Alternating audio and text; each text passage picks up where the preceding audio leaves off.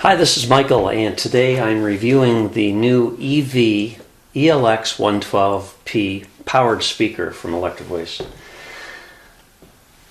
I also have next to it the SX300 non-powered speaker because I wanted to show you relatively how similar in size they are. The 112P a little bit taller, just a little bit deeper, but weight-wise they're very similar, within a couple pounds. And however, there are some significant differences, particularly concerning the durability and roadworthiness of the enclosure, which I'll talk about at the conclusion of my review.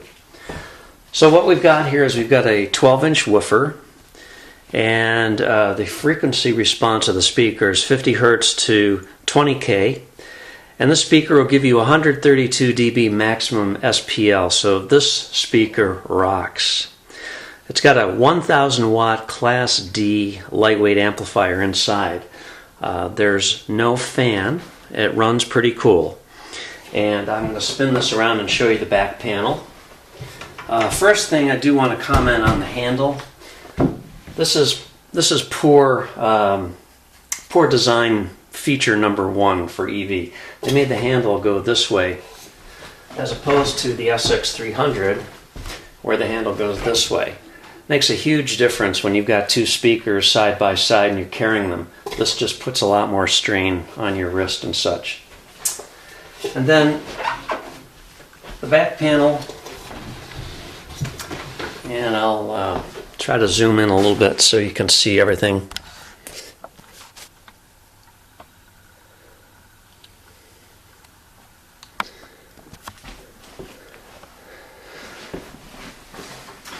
Back panel has dual XLR TRS combo inputs here and here.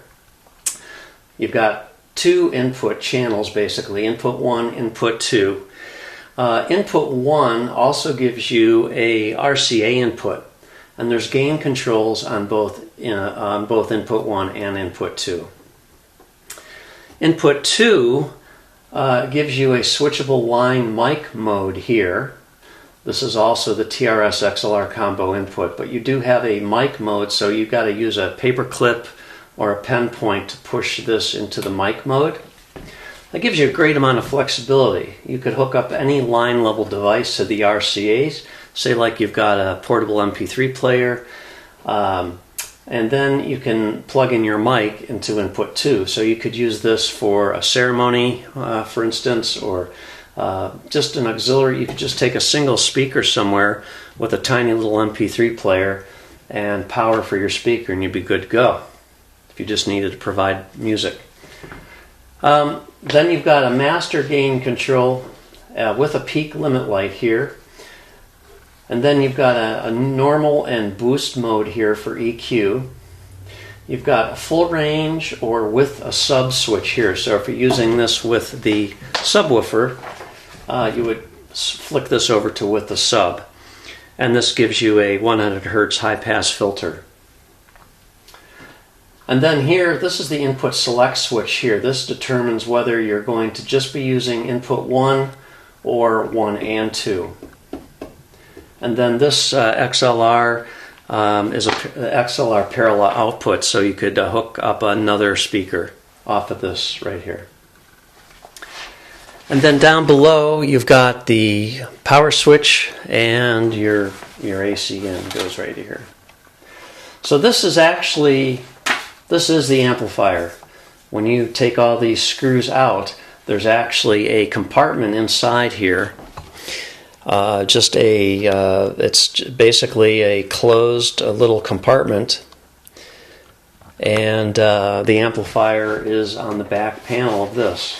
It's amazing, really, how small the amplifier is, how light it is, and how much power and how much sound you can get out of the speaker. I've used this speaker at about 6 events. Like I said, I've never even seen the limit light go on. So this speaker really does crank. The mids and highs have a great amount of clarity and presence. The bass that comes out of this, being especially a 12-inch speaker, just absolutely amazes me. There's 3 ports in here actually, so there's a lot of bass coming out of the speaker. Okay, so that's all the good stuff. Great price point. I don't think anything can beat it. I've compared this to the Mackeys. This blows the Mackeys out of the water as far as I'm concerned. I think the speaker compares really to nothing in this price range. Beautiful sound. Here's the negatives. This enclosure is about as unroadworthy as you could hope for. And here's why. You've got a lot of sharp angles on the speaker. Sharp angle on the back corners. All these corners have very sharp angles. And even the top and the bottom of the speaker, even though it's a little bit rounded, it's a plywood enclosure. So if you bang into a door frame, or if you've got these in the back of your vehicle and they're just rocking around, banging a little bit, I've already got a little chip up here. I don't even know where that came from. I use Cloud9 covers over these enclosures, and I don't even know how that happened, but it's already got a ding out of it, and I handle these exceedingly carefully.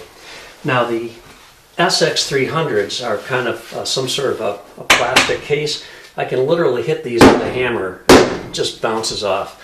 I don't recommend normally hitting your speakers with hammers, but watch what happens when I hit the ELX 112P with the hammer. I don't think so. And that's my point. I don't have any problem demonstrating by hitting this with a hammer that this is a very roadworthy case. If I were to do that to this, forget it, it'd be trashed. The grill cover, I mentioned earlier, I think, the grill cover on the SX300 is recessed and it doesn't wrap around. So the grill cover being metal, it's going to dent pretty easy if you hit it on a door frame or something. The ELX 112P, the grill cover is top to bottom and it wraps around on both sides. So all you have to do is bang into something. There's no support behind this. There's just air behind this. It only screws in at the screw-in points into plywood. It doesn't have any support. So if you bang into something, you're going to have a huge dent in this. And yeah, that's not roadworthy, sorry. I don't know what EV was thinking. I can't imagine they really consulted with working DJs, because it's just not something I would choose. I did choose the speaker based on the sound quality and the bang for the buck that you get with the speaker, but it's certainly not a roadworthy case, and I would hope that in future versions of the speaker that EV will, at the very least, put some kind of plastic corner protectors or some sort of a rubber, strip around the corners. Here's a few static shots for you. This is the back panel. Then this is the amplifier, actually. If you unscrew the back panel, that's what you see, and that is the amplifier. You'll see the 3 ports for the woofer and the horn tweeter there. And then this is a shot of the handle. Back side of the speaker. Side view showing the angled monitor position. And there's your speaker stand mounts. And a view of the top of this enclosure.